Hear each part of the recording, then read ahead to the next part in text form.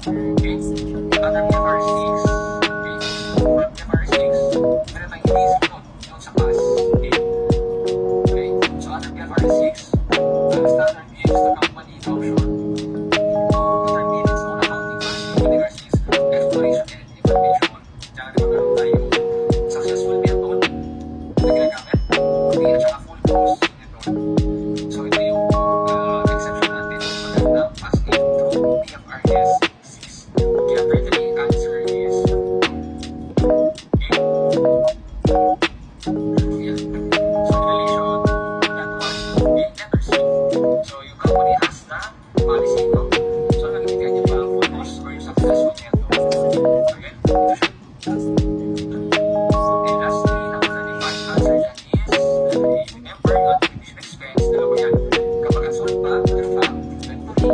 Kapag naman sold na, part na, CGS. Okay, 35 answer dyan is letter A. So dyan nagtatapos yung ating handout, no? 73-35 for the theories of DP.